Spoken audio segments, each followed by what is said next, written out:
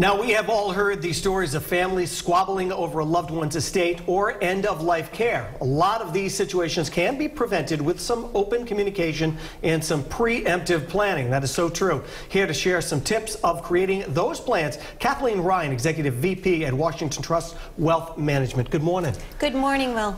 We were just talking. You said you've had a lot of these stories coming up in the past few weeks, and it really can rip a family apart. It's something no family wants to talk about, but something you have to talk about. I think we'd all like to think that these kinds of differences won't happen with our family, but it does happen all too regularly. And there are ways that you can prevent these differences from occurring and conflict in the estate administration process or caring for a loved one who's dealing with end-of-life illness. There are ways of putting together an end-of-life care plan that will cover advanced planning, making sure that there's a communication of wishes, and also just making sure that there are directives for how the estate administration will be handled, and making sure you have the right person chosen to lead that. And it really doesn't take a lot to do it. It's pretty simple. I mean, I know you folks can help families with that. So let's go over some of your tips, starting with medical decision and final arrangements. Nobody wants to talk about this, but you got it. Right. A lot of people know that they should have a will or should be thinking about estate planning documents.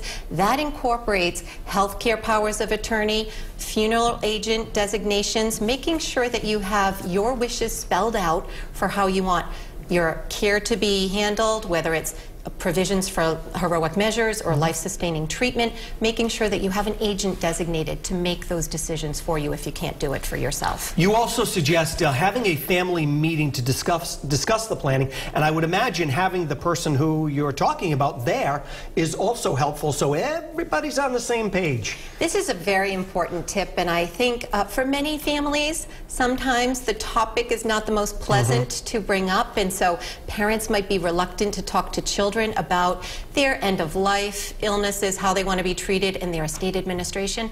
But having that family meeting can be so helpful to everyone to make sure that the parents' wishes are communicated to the children. So there's no misunderstanding, there's no surprises that occur when a parent is terminally ill or death occurs. You're also talking about the importance of having a will. Now, folks think, all right, I need to be someone older to have a will.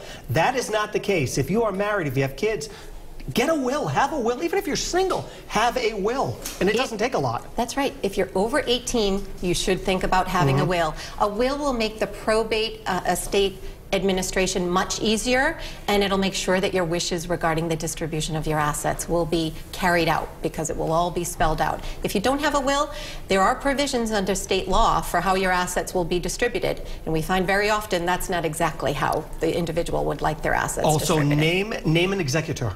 Yes, very important decision. The executor is really the party that you're selecting who's going to carry out your wishes, so you want someone that you trust, that you know will be able to follow those wishes for you. And it doesn't take a lot to do this, but can end a lot of heartache in the end. So thanks, Kathleen, for coming in with us this morning. For more information on end-of-life plans with Washington Trust, head to roadshow.com.